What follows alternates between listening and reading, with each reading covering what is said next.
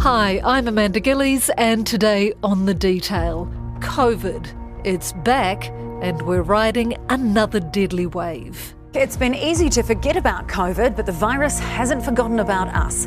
Wastewater testing is now detecting levels not seen in nearly a year. The country is currently experiencing its 9th wave of the virus. The latest Health New Zealand figures show 50 hospitalisations and 19 deaths with the virus. That's in just the past week. Experts say the increase in case numbers is likely to be linked to waning immunity to the virus. It's been 6 years this month since the country first went into lockdown to prevent the spread of COVID-19. Our plan is simple.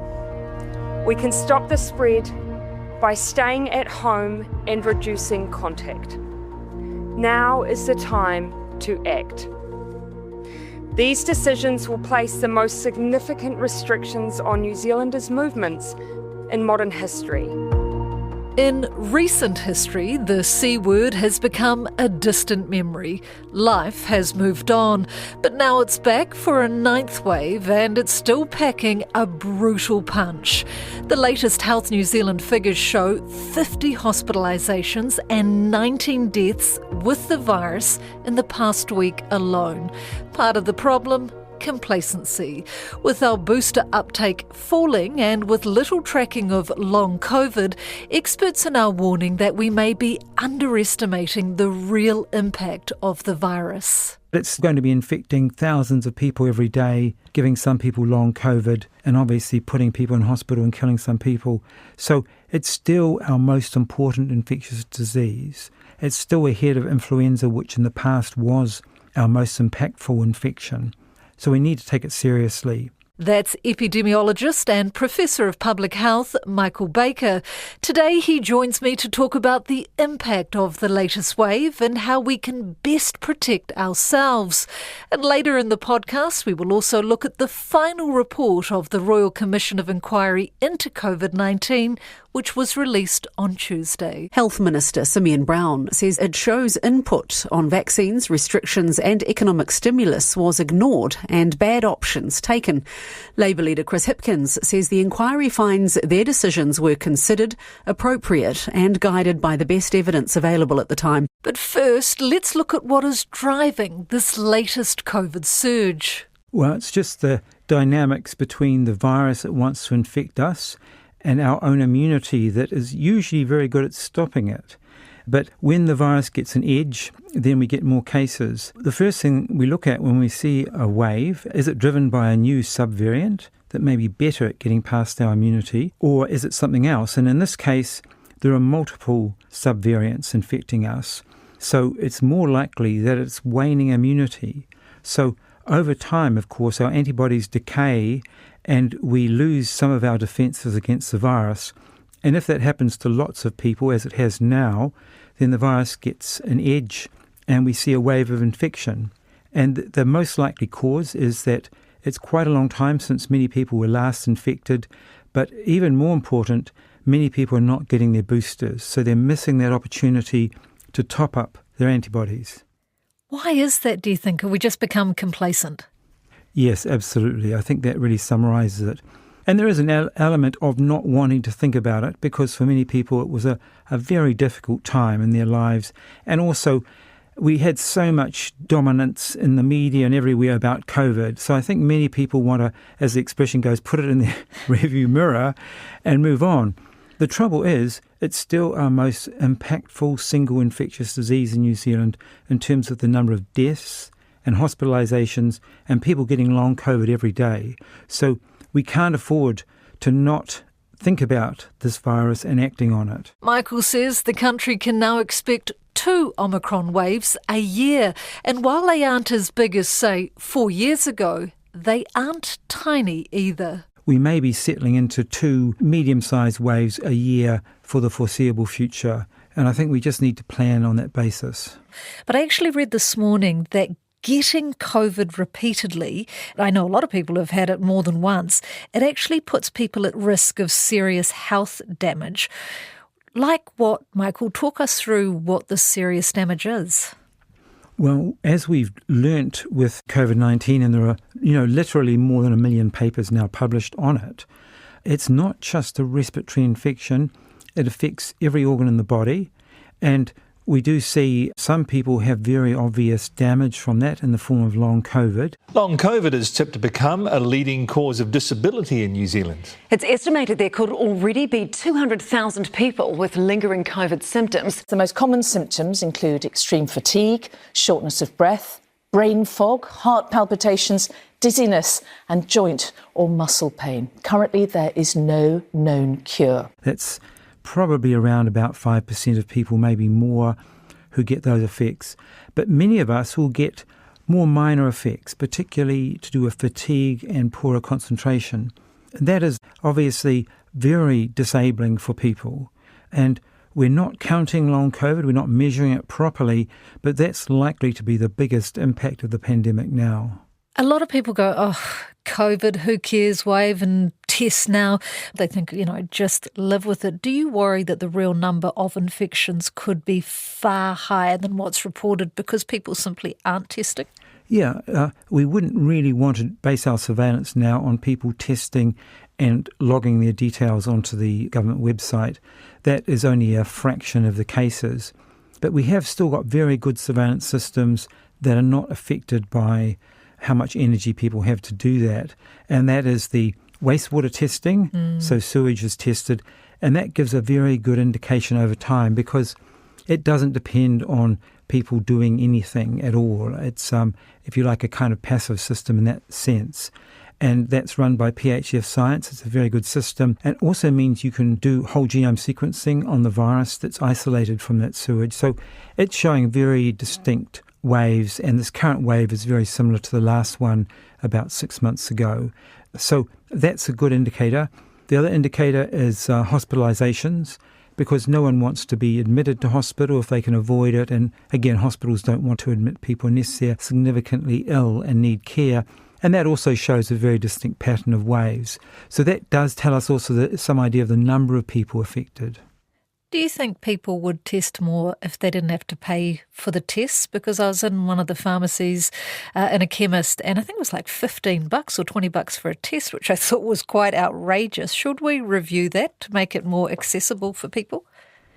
Well, I think so, because one of the main actions you can take with this infection is something we've all learnt about, which is self-isolation when you have this infection. If you have respiratory symptoms, self-isolate at home, ideally get a test. And if you have COVID-19 infection, then obviously you need to be at home for at least 5 days. But now we have, of course, these 4-component tests, RAT tests, which cost about $10 a time. And they also test for the 2 major influenza, A and B, and RSV. And I think they're very helpful. Those infections, other respiratory infections, are not very common at the moment, but moving into winter they become more common. Because one of the things that's interesting about COVID-19 is it's not seasonal yet. It may never become seasonal. So at the moment, if you have significant respiratory symptoms, COVID is really top of the list of infections that may be causing it. He does have 3 tips to protect yourself, and a heads up, they won't appeal to everyone, especially number 3. The big 3 things that people can do to protect themselves and those around them. One is obviously getting a booster. Top up your antibodies. You can get a booster every 6 months, particularly if you're in a higher risk group, you're older or you have underlying illness. The second thing is self-isolation when you're sick and getting a test, and that protects the people around you. And the third thing is really paying attention to whenever you're in an indoor environment where there are lots of other people and it's quite enclosed, just thinking more about ventilation, opening a window, trying to have a draft or through ventilation. And if you're stuck in an environment where you can't control the ventilation, and that's particularly commuting on a bus or train, it's really important to think about a mask, a face mask. And I know these have not gained universal popularity in New Zealand, but the N95 type mask, which has a good seal over your nose and mouth, is very effective at protecting you and also the people around you. It just seems remarkable 6 years on that we're still talking about it. I remember last time, the first time round, there were these sort of big super spreader events in New Zealand. Anecdotal reports suggest the Electric Avenue Festival in Christchurch last weekend was a super spreader event after 90,000 people packed into Hagley Park over 2 days. Michael, are we having that this time around, sort of festivals, large gatherings, weddings, travel, anything that may have accelerated this wave? Yes, I think we have to be aware whenever we're in a closed indoor environment that's maybe poorly ventilated, that is how this virus is spread. And now we think more about shared indoor air as the main way the virus gets around. And of course, there's a lot of transmission at home because people spend a lot of time there, obviously. But any confined indoor event where there are lots of people is a risk. Now, things like big music festivals, at one level, they should be low risk because people are outside. But there are a lot of things that go on around festivals, of course. People go to bars afterwards, or they have shared accommodation and transport. So there often is a bit of a boost to the virus from those events, particularly at the moment while we're seeing numbers go up, and obviously our collective immunity is lower than usual. I'm going to go get my booster. I'm due one. And one of my colleagues has got a son who's under the age of 5. And one of the questions she had is, why don't toddlers routinely get COVID vaccinations in New Zealand when, adults and older children can? Is it kind of about risk levels or policy choices? I think it's a bit of both. And guidelines vary around the world. In the United States, I'm not quite sure about the current policy settings there, but in the past, they recommended vaccination for people of all ages because there is a benefit from getting your immunity from a vaccine rather than getting infected. For obvious reasons, you avoid the misery and the harm of having this infection. And fortunately, the risk of serious outcomes and death is much lower in younger age groups, although there is an uptick in very young children. But recommendations vary, and New Zealand did not promote vaccine for people under 5 unless they had an underlying illness. And we still got one, puzzling gap in our vaccination policy, and that is that if you're under 30, you can get your primary course of 2 doses and then 1 booster, but no more. And I think that's wrong. I think we should follow the policy, say, of Australia and many other countries which allow a booster down to at least the teenage years. And if you think about all the school teachers, healthcare workers in their 20s who may be missing out on the protection from a booster. Now, I want to know, 6 years on, Michael, do you think we're in a better place, that we are perhaps better prepared and ready for these next major waves of the next virus? Oh, very much so. Our understanding of how to stop these viruses is hugely advanced. We've got much better science in many areas. And he welcomes the recommendations from the final report of the Royal Commission of Inquiry into COVID-19, which came out on the day we caught up. Some predicted the second phase of the COVID inquiry would be a hit job. The report released today broadly endorsed the former government's handling of the pandemic. The Royal Commission of Inquiry said that this report concludes that Aotearoa New Zealand did well in responding to the COVID-19 pandemic. Decisions taken and methods used were considered and appropriate. But the Royal Commission also said the country now seems to many a more bruised and divided place. While the report found New Zealand recorded fewer cases and deaths per capita than almost all comparable countries, it also found some requirements went too far. Namely, for under 18s, the double dose of the COVID-19 vaccine too close together may have unnecessarily raised the risk of myocarditis. Auckland's final lockdown extended 5 days beyond the advice given by the Director-General of Health. And when the border reopened over the 2021 Christmas period, it wasn't necessary to require travellers to be vaccinated or test negative within 72 hours. They are great documents. We have now got a lot of really good recommendations, very good analysis of the issues. So I think the challenge now is to act on these recommendations and do it quickly, because we could get another pandemic of the intensity of COVID-19 any day, or we could get something much worse. So one of the things that New Zealand has learnt, and a number of other countries have learnt as well, is that the elimination strategy was highly successful. It basically kept us largely COVID-free for a couple of years while people got vaccinated. And very recent analyses coming out are showing that New Zealand sustained some of the lowest excess mortality in the world for 5 years after that.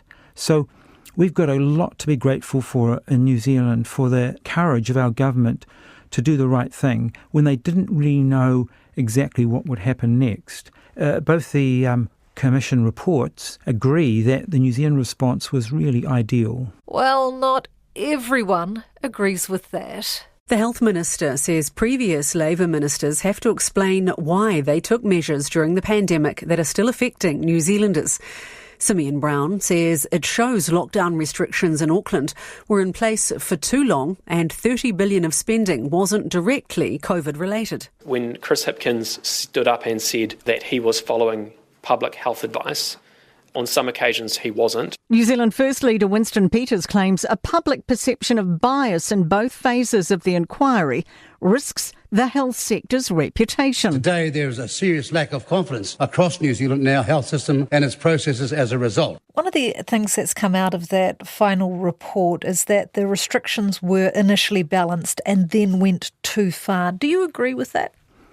Well, I think when you look at the report, it's pretty equivocal on most of these points, and it's saying that really decision makers were doing the best they could with incomplete information. And, you could argue in hindsight perhaps the lockdowns in Auckland should have been ended sooner, but you have to do what we call a counterfactual analysis and say, well, what would that have looked like? We would have had the Delta outbreak, which was being controlled in Auckland, spreading throughout the country. It was much more harmful than Omicron that came after that.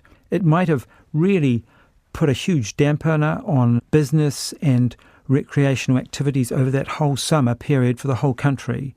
And that would have been bad for health and bad for business. So I would just keep an open mind about those sort of questions unless someone does the detailed analysis to say, well, if we'd done something a bit differently, perhaps ended the lockdown in Auckland 6 weeks earlier or something, we would have got a much better outcome for the country. So I think it's still an open question. A question I don't know whether I want to know the answer to this or not, but Michael, do you think New Zealand could ever go back into lockdown again if a dangerous variant emerged? Or, fingers crossed, is that chapter closed for good? Well, if you take the more swift elimination approach, it's actually called exclusion. And that is that you see this new threat coming and you shut your borders very quickly. And that's the approach that Taiwan took. They could see this new virus coming, shut their borders really at the first opportunity at the start of 2020. And they kept the virus out. And so they never needed a lockdown. So I think that's the big message, is being very proactive. You're going to minimise the harms. And ideally, you won't even need to use what we call stay-at-home orders or lockdowns. But you have to have them available as a last resort if this new pandemic virus, or it probably will be a virus, gets into the country. Political opponents are taking starkly different lessons out of the new findings into how the country's COVID-19 response helped or harmed people. The government's turning a spotlight on Chris Hipkins over newly released COVID inquiry findings. Winston Peters believes the COVID inquiry has been deficient and biased. Epidemiologists say we are now experiencing New Zealand's 9th wave of COVID. Would you have ever thought in 2020 that in 2026 we would still be talking about COVID and hospitalisations and deaths and the impact it's having on Kiwis? No, I would not have thought that at all. And one of the reasons is that, I'd been looking at pandemics for a few years, and like most people, we looked at the 1918 influenza pandemic. That was still, I think, the most devastating natural disaster in the world in the last couple of hundred years in terms of killing 50 to 100 million people. And if you look at the New Zealand experience, it arrived in New Zealand in November 1918 and it swept through the whole country in 6 weeks and killed 9,000 people. And that was almost 1% of the population of New Zealand at the time. And that was half as many as were killed in the 4 years of the First World War. So that was absolutely devastating. So since then, all the pandemic planning around the world has focused on influenza pandemics, which tend to behave like that. They come through very fast, they're very devastating, they overwhelm the health system, and many people die unnecessarily. So they adopt a mitigation approach. And so since then, our planning has been on a one-size-fits-all. We must treat this like influenza. You can't really stop it at the border. You just have to let it wash over the country and try and flatten the curve. That's the influenza response. So elimination was a very different way of responding. And now we've got the proof of concept that New Zealand can stop a pandemic at the borders, and a number of other countries in our region are also very good at doing that. It helps being an island, helps having a highly developed public health system. So I find that very reassuring, the fact that whatever pandemic comes our way in the future, we do have a solution that we can use if it's going to be a severe pandemic. You're not going to do this. Most public health emergencies of international concern, that's the term the World Health Organization uses for pandemics. Most of them will never need anything like that. They'll be not something that's going to transmit very well in New Zealand, or not as going to be as devastating. But for things that generally appear to be respiratory viruses that spread very quickly and maybe kill 1 to 2% or more of the people who get the infection, no one would tolerate that sweeping through the country if they could stop it. So I think we just need to have those measures in place. And for me, that's the biggest single lesson from the pandemic response. And I think it is endorsed by both of the Royal Commission reports now. That's it for today. The Detail is a newsroom production supported by RNZ and New Zealand On Air. Thank you to Michael Baker. This episode was produced by Gwen McClure and engineered by Ali Marsden. I'm Amanda Gillies. Mā te wā.